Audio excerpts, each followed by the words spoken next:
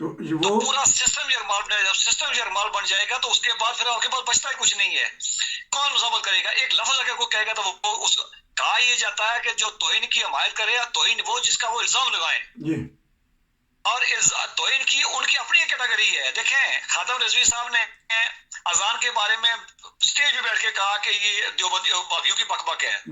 آصف جلالی نے اہل بیت کے بارے میں کہا، فقہ جعفری انہوں نے پرچہ کروایا. اس کے بعد رمنا کیس میں وہ بچی رمشا بچی تھی، اس پہ خالد چشتی نے پرچہ کروایا تھا. بعد میں پتہ چلا کہ وہ قرآن پاک پھاڑ کے اسے کروایا. اس جنید جمشید پہ لگا. ان کے لیے وکلا کے پینل بنائے گئے اور جب یہ پیش ہوتے تھے آصف جلالی اور وہ جب وہ پیش ہوتے تھے ان کو پھولوں کے ہاتھ ڈالے جاتے تھے. اس کا مطلب یہ ہے کہ مسئلہ توہین رسالت کا نہیں ہے، مسئلہ روزی روٹی کا. جب مذہب روزی روٹی بن جائے تو تب پھر یہ اس کے لیے سب کچھ جائز ہو جاتا ہے. تو باہر تو لیکن ہمیں تو پتہ چلا ہے کہ گجرانوالہ میں ایک بیوی نے اپنے خاوند کو مروا دیا یہ کہہ کے کہ یہ توہین قرآن کی ہے، اس نے اس کو پھر جلا دیا. تو ہمارا معاشرہ جو ہے، ہمارا موب جو ہمارا ہجوم ہے. اب اگر اس کے بات کرتے ہیں تو اسی گجرالے میں 3-4 سال پرانی بات ہے. پہلی بار بوٹے والا بڑا مشہور کیس ہے جو آسما جہانگیر نے کیا تھا، بوٹا مسیح والا. اچھا نہ بوٹا مسیح والا نہیں، ایک مسیح کیس تھا. اس کا مجھے نام بول رہا ہے، آسما جہانگیر نے کیا تھا جو لڑکے ان پڑھ تھے جن پہ توہین مذہب کا الزام لگا تھا. بوٹے والا کیس اور کیس تھا، ایک اور کیس بھی تھا جس میں وہ گھر جلا دیا گیا تھا. یہ بھی اقلیتی گھرانہ تھا یا مذہبی ڈفرینسز والا گھر تھا. بات یہ ہے کہ ایک عورت کو اس وجہ سے بھی قتل کر دیا توہین مذہب کا الزام لگا کہ مرتد ہو گئی ہے، کہ وہ کرسچن عورت تھی، اس کی ایک مرد کے ساتھ دوستی تھی. جب دوستی سے اس نے انکار کر دیا، ہر چیز کی لمٹ ہوتی ہے، تو تب انہوں نے کہا، اس نے کہہ دیا تھا کہ یہ مرتد ہو گئی ہے چونکہ میری دوست تھی اور یہ مسلمان ہو گئی تھی، اب یہ وہ ہو گئی ہے، تو اس پہ مار دی گئی. تو یوحنا آباد جو ہے ایک بستی کو بھی جلا دیا جاتا ہے، وہاں مولانا اشرفی جاتے ہیں، دوسرے سیاستدان بھی جاتے ہیں. بستیوں کی بستی جلائی جا رہی ہیں پاکستان میں مذہب کے نام پہ. دیکھیں میں نے کہا نا کہ وہ جو سیاستدان ہے اس کا وہ ووٹر اپنے کو ناراض نہیں کرنا چاہتا ہے، تو اقلیتوں کے ووٹ کم ہے. اور دوسرے جو دیکھیں ایک گھر ہوتا ہے جلنے والا اور 50 گھر ہوتے ہیں جلانے والے. تو 50 گھروں کی 50 ووٹ ہیں، وہ ایک گھر کی تو وہ جل کے اس کی ووٹ ہی نہیں بچنی ہے. اس لیے کیا ضرورت ہے اس کو بچانے کی. اچھا اب بتائیے گا کہ ایف آئی آر جو اگر پرانا بھی مقدمہ کر لیا جائے جھوٹا ہی ہو چاہے، تو وہ اب بیس بنا کے اب نئے سال میں مقدمہ درج کیے گیا. ایف آئی آر کٹی، آپ نے ایف آئی آر پڑھ لی ہوگی. ایک احمدیہ مسلم جماعت کے وہاں دوست ہیں، ان کو گرفتار کر دیا گیا اور جھوٹا پراپوگنڈا اس قدر کیا گیا کہ جس طرح تھانے کو جلاؤ گھیراؤ کر دیا گیا، سڑکیں بلاک کر دی گئیں. حالانکہ تھانے تو کچہری تھانے اور جو چونکیاں وہ تو شہر کے اندر موجود ہوتی ہیں، ویسے ہی رش بڑا ہو جاتا ہے. اور رات کے ٹائم یہ کیوں چھاپے مارتے ہیں؟ یہ بتائیے گا. آپ وکیل ہیں، آپ بعض دفعہ ساتھ تو گئے ہوں گے پولیس کے. سر میں اس پہ بڑی دلچسپ بات سنیں، آپ نے احمدیہ جماعت کی بات کر دی ہے. احمدیہ جماعت کے لیے کسی جگہ پہ کوئی قانون نہیں ہے، ان کو بچانے کے لیے پاکستان کے اندر کوئی قانون نہیں ہے. اور احمدیوں کے لیے قانون سازی نہ اسمبلی کرتی ہے، نہ مکنا کرتی ہے، نہ عدلیہ کرتی ہے. احمدیوں کے لیے قانون سازی جو دیکھے یا جو محسوس کرے وہ قانون سازی ہو جاتی ہے. احمدیوں کے گھر کے باہر اگر بکرا باندھا ہوا ہو تو مولوی فرض کرتا ہے کہ یہ بکرا قربانی کا یا صدقے کا ہے، قربانی ہوگی چونکہ وہ بھی ان کو جائز نہیں ہے، صدقہ بھی چونکہ یہ کر نہیں سکتے ہیں. اس پہ بھی کیس ہو جاتا ہے، بکرا باندھا ہوا. اور جو مرضی وہ انٹرپریٹیشن کر دے وہ انٹرپریٹیشن ہو جاتی ہے. اس لیے ان کے لیے تو کسی قانون کی ضرورت ہی نہیں ہے. جہاں تک آپ نے اس کیس کا اگر بات کی ایف آئی آر کی، یہ 2019 میں ایک یک طرفہ طور پہ ایک ججمنٹ جو ہے حسنین معاویہ نے بنام آئی جی پولیس جو ہے ایک ریڈ کر کے جسٹس شجاعت علی، میں بڑی ذمہ داری سے کہہ رہا ہوں کہ اس وقت کے لوگوں کا بھی خیال تھا کہ شاید شجاعت علی صاحب اس طرح کی ججمنٹ لکھنے کے قابل بھی نہیں ہے، لیکن وہ ججمنٹ جو ہے وہ پاس ہوئی تھی. اور اس میں قرآن پاک جماعت احمدیہ کی جو کتابیں تھی، وہ کتابیں بعض کا کتابیں قرآن نہیں تھا، وہ کتابیں تھی جن کا نام قرآن کے ساتھ ملتا جلتا تھا، فرقان یا اس طرح کا نام ملتا جلتا تھا، وہ ساری انہوں نے بیان کر دی تھی.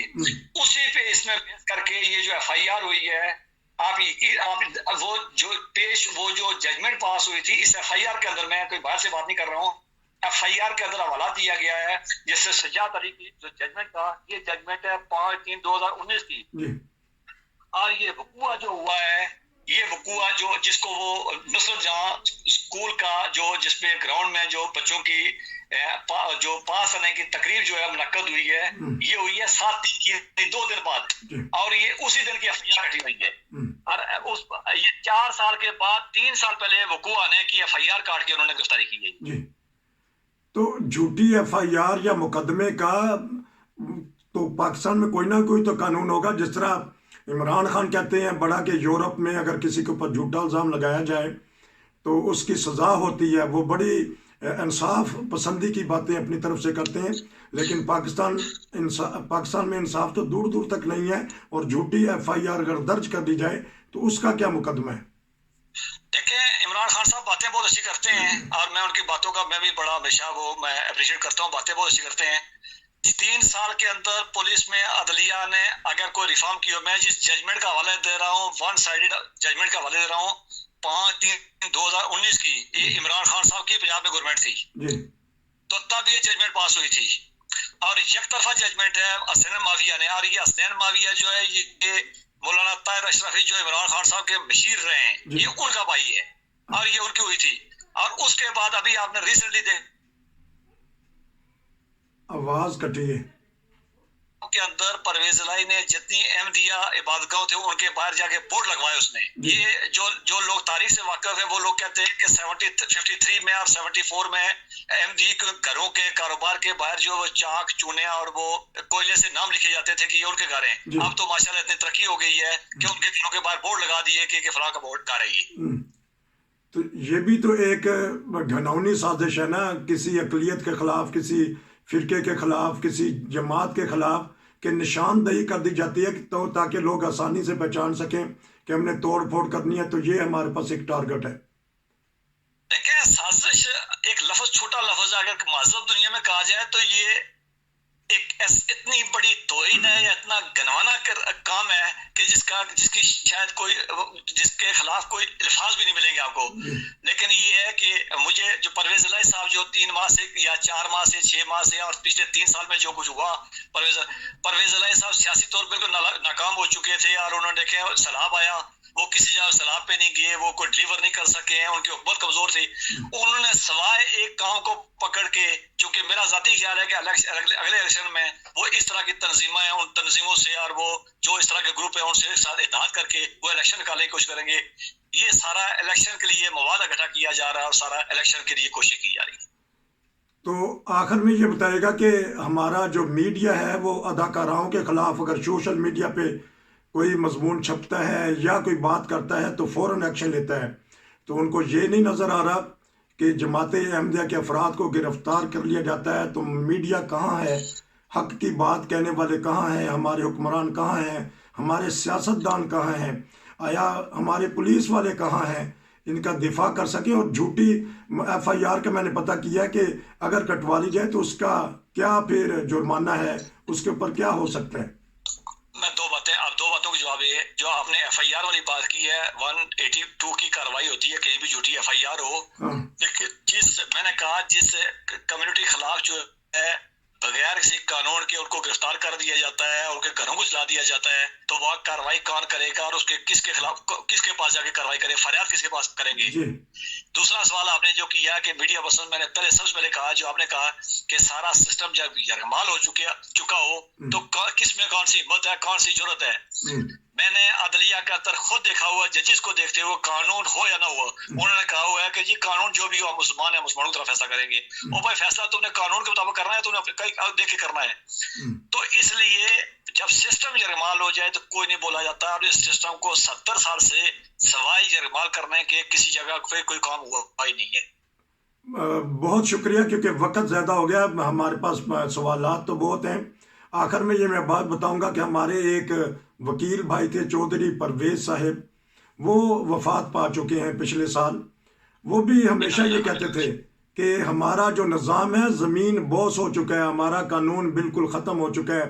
آپ بھی وکیل ہیں، آپ بھی یہ بات کہہ رہے ہیں، تو پھر وکیل دھڑا دھڑ بنتے جا رہے ہیں، نافرمانیاں ہوتی جا رہی ہیں، کالے قانون کو جو ان سے نفاذ ہے اس کے اوپر ہوتا جا رہا ہے۔ تو بتائیے گا، ایک طرف تو یہ کہتے ہیں، تو پھر اس کو درست کس نے کرنا ہے؟